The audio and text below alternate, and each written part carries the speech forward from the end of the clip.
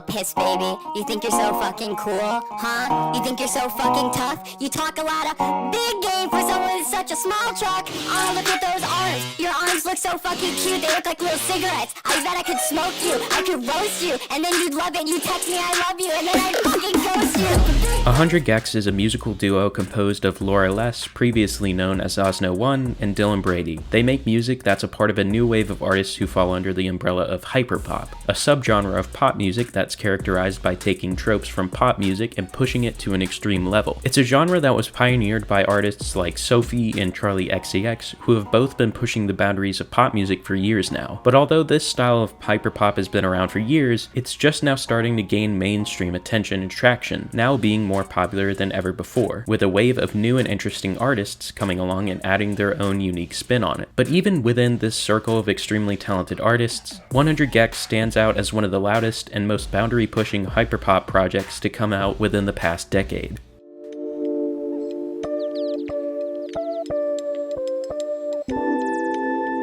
Dylan Brady and Laura Less first met each other at a house party in 2012, where Laura first heard Dylan's music.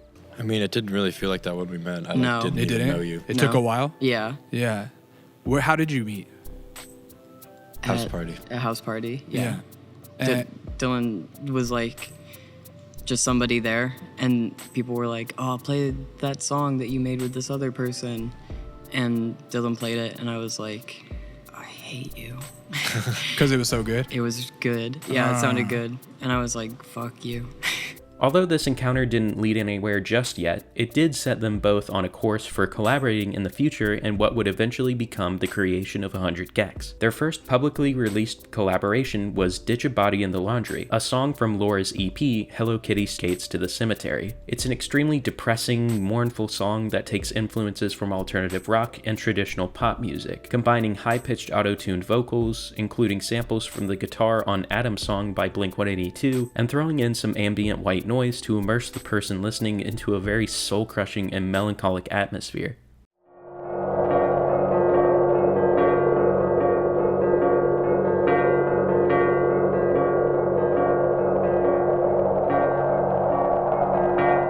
It's a very stark contrast to the upbeat, loud, and catchy pop bangers that they're most widely known for putting out, and it's unlike anything they've put out ever since. But it was also an extremely important stepping stone for the pair working together on projects that would be publicly released, and shows that they were skilled at combining elements from different genres and music styles to create a unique sound even from the very beginning. 2016 was also the year that the two released their self-titled EP, 100 Gecs, which is more adjacent to the work they're known for in modern day. It's only 13 minutes long, but even in that short amount of time, they managed to display their innate talent for creating unique sounding music. It's a little less abrasive than some of their other works, preferring to be more upfront and direct, with its influences being much easier to identify, taking elements of mainstream EDM, pop, and rap, as well as popular music remix trends to create a surprisingly clean sound that knows exactly what it is, and it doesn't stray too far from that, with songs like Gum containing upbeat pop synths and high-pitched vocals that are complemented by the deep trap-like bass. Say what I say, asking me some shit I don't wanna say, don't go, you know what I'm trying to say. But even in this EP, they managed to push boundaries, like in the opening track Dog Food, which transitions from being an upbeat fusion of pop and hip-hop in the beginning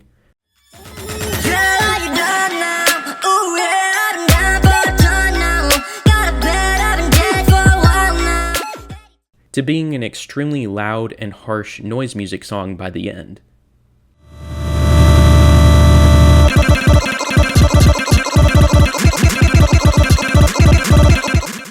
And as said before, this album, while containing various elements to it, compared to their most recent work, is not nearly as extreme or unpredictable, and it was received pretty well and further established them as emerging hyperpop artists within the SoundCloud community. After this EP was released, however, 100 Gecs went on a bit of a hiatus due to a lack of time to work on it, with Dylan and Laura deciding to focus on releasing their own individual projects. But even with the unique production of the 100 Gecs EP, I don't think anyone could have predicted what they would come out with next.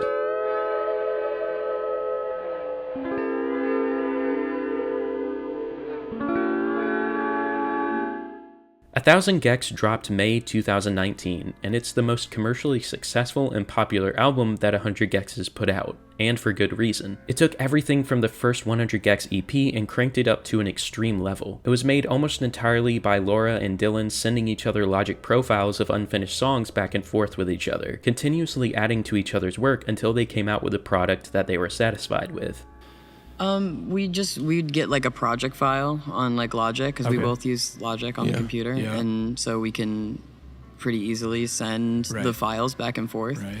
And so one of us would start a song and to a varying degree of like doneness, and we would just like work on it. So some songs like Dylan made a beat or like had like a good portion of a song done, and would be like, this should be a Gecs song. It's a record that blends everything from pop to dubstep to heavy metal and pushes it all to an extreme level that creates an album that's unpredictable and chaotic, all topped off by heavily auto-tuned and pitched up singing inspired by Nightcore. Their lyrics are really tongue-in-cheek and goofy, but also somehow manage to be extremely catchy and memorable, providing the listeners with hyperpop bangers that will be stuck in their head for weeks. The song Stupid Horse is a ska track that samples the guitar riff from Lustra's Scotty Doesn't Know to add a punk flair to the already energetic song.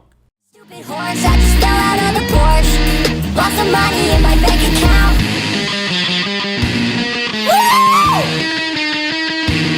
Pick it up.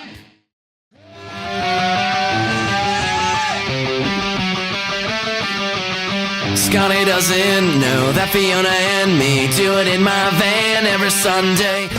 It's just another example of their versatility as artists, and their innate ability to blend genres in a way that just works. The album is also unique in the fact that it's almost like one big song that's constantly morphing and becoming something else. Although you could just listen to each song on their own, the only way to truly appreciate them, and the creativity of 100 Gecs for that matter, is when they're all listened to together, as one whole. It's almost like a concept album, except there isn't any concept at all. It's just a continuous flow of music. The song I Need Help Immediately is basically just an assortment of sounds placed with seemingly no rhyme or reason.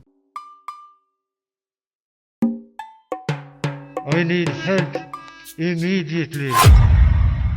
Please do something. Or the song Gek Gek Gek, which for the first minute is basically random distorted bass and some sound effects overlaid with a text-to-speech voice saying Gek over and over again.